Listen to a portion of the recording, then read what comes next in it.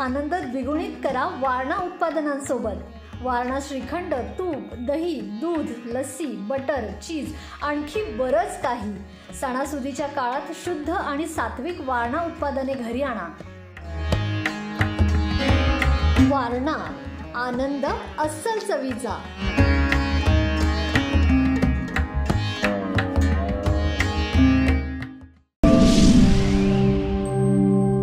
मी सौ सुरेखा पुरुषोत्तम तिसंगीकर, मुक्काम पोस्ट तिसंगी, तालुका गगनबावडा. मी निवडे PSCला आशा स्वयंसेविका म्हणून कार्य करते. आता मॅडमनी आशा स्वयंसेविकेचं कार्य काय आहे, खरंच ते आपल्यासमोर अतिशय चांगल्या पद्धतीनं म्हणजे उभं केलेलं आहे. आपण जे काम करतो त्या कामाचं स्वरूप त्यांनी खूप चांगल्या पद्धतीनं उभं केलेलं आहे. आशा स्वयंसेविका आणि गटप्रवर्तकांची नेमणूक 2009 साली झाली. 2009 साली काम करत असताना माझं महिन्याचं मानधन होतं 75 रुपये. फक्त 75 रुपये महिन्याचं मानधन होतं. त्यानंतर सरकारच्या वेळोवेळी प्रयत्नामधून आज मानधनमध्ये भरपूर वाढ झालेली आहे. गटप्रवर्तकांची पण वाढ झालेली आहे. आम्हाला वेळोवेळी बरीच म्हणजे आपल्या प्रयत्नातून मानधनवाढ खूप बरीच झालेली आहे. पण मी आज या ठिकाणी उपस्थित तिन्ही तालुके आणि तालुक्यातील आशा सेविका आणि गटप्रवर्तकांच्या वतीनं एक विनंती करणार आहे आपल्याला. गटप्रवर्तकांचं जे समायोजन आहे आणि गटप्रवर्तकांना सेवेत सामील करून घेण्याचा जो विषय आहे तो आपल्याकडून व्हावा. आपण आशा स्वयंसेविका आणि गटप्रवर्तक नेहमीच आपल्यासोबत आहोत आणि आशा स्वयंसेविका नसताना एक सामान्य नागरिक म्हणून नरके साहेब तुम्हाला सुद्धा माहीत नसेल कदाचित, कारण मी एक सर्वसामान्य स्त्री आहे, अगदी गरीब घराण्यातली आहे. रंकाळा स्टँडला मी नेहमी म्हणजे गगनबावडा रंकाळा गाडी नेत असतो आणि रंकाळ्यावर येता येता साहेबांची गाडी आली. बघूया म्हटलं नरके साहेबांची गाडी आहे. मला ओळख नव्हती, काही नव्हतं, मला मतदारसंघ वगैरे त्यावेळी काही समजत नव्हता. मी फक्त असा हात केला. हात केल्याबरोबर एवढी मोठी व्यक्ती खरंच त्या ठिकाणी थांबलेली. साहेब तुम्हाला आठवत नसेल पण त्या ठिकाणी त्यांनी गाडी थांबवली. हेच खऱ्या अर्थाने की नाही माणुसकीचं प्रतीक आहे. आज आमदार खासदार वगैरे झालेले आहेत पण ते असं म्हणजे कुणासाठी असं गाडी वगैरे थांबवत नाहीयेत आणि हेच खरं तुमच्या विजयाचं प्रतीक आहे. आज एका तुम्ही सर्वसामान्य व्यक्तीने अगदी हात केल्यावर गाडी थांबवून तुम्ही विचारपूस केला, हेच माझ्यासाठी खूप महत्त्वाचं. ह्या गोष्टीला 15 वर्ष झाली पण मी अजूनही ती विसरलेली नाहीये.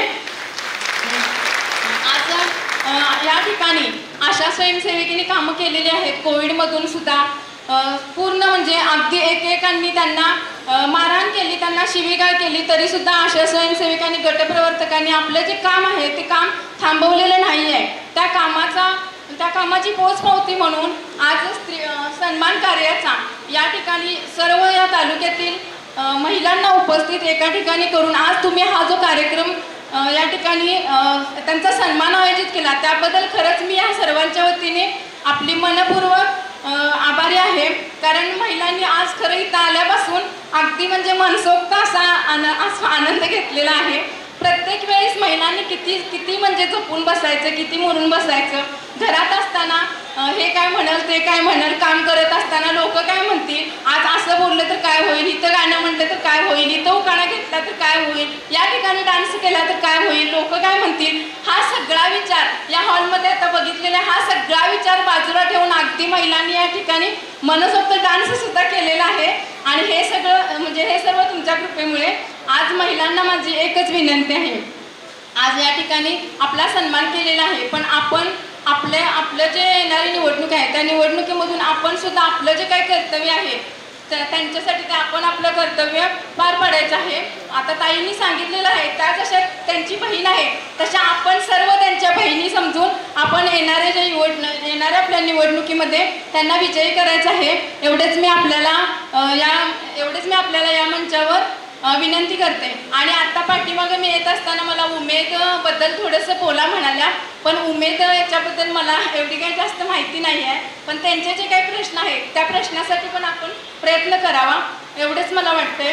आज या ठिकाणी ज्या आशा सेविका, गटप्रवर्तक, CRPF आणि उमेदच्या माध्यमातून आलेल्या सर्व महिला, ह्या महिला काय अशा मोठ्या म्हणजे एकदम अशा मोठ्या घराण्यातल्या नाही आहेत. ह्या अगदी सर्वसामान्य आहेत पण आरोग्याचा जो पाया आहे, तळागाळामध्ये काम करणारी व्यक्ती आहे म्हणून आशा स्वयंसेविकेकडे पाहिलं जातं.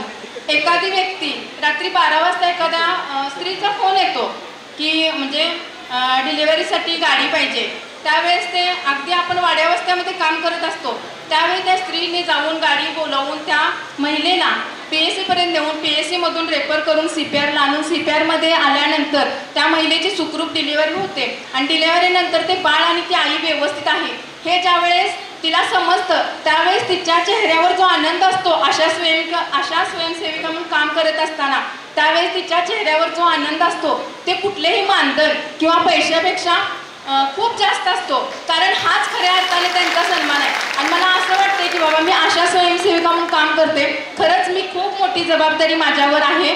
जवळजवळ 1300 ते 1400 लोकसंख्येला माझी एक आशा काम करत असते.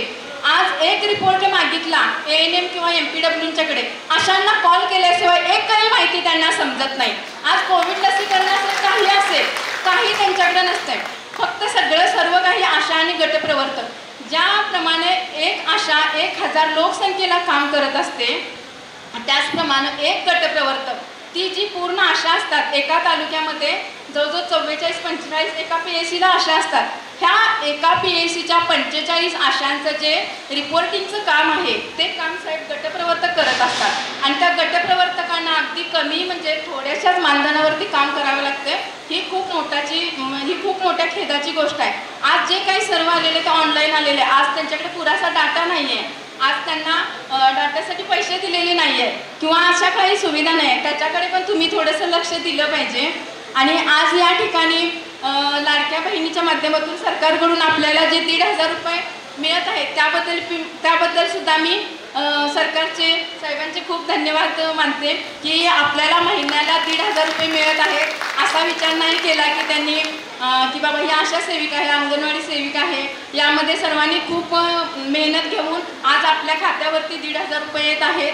आत्तापर्यंत एवढे सगळे आत्तापर्यंत भरपूर काही झालं, पण या सरकारने आपल्यासाठी भरपूर योजना आणलेल्या आहेत. लाडक्या बहिणींच्या असेल, आता विश्वकर्माची असेल, परत बचत गटाच्या माध्यमातून महिलांना जे काही महिला उन्नती म्हणजे महिलांच्या विकासासाठी जे काही आर्थिक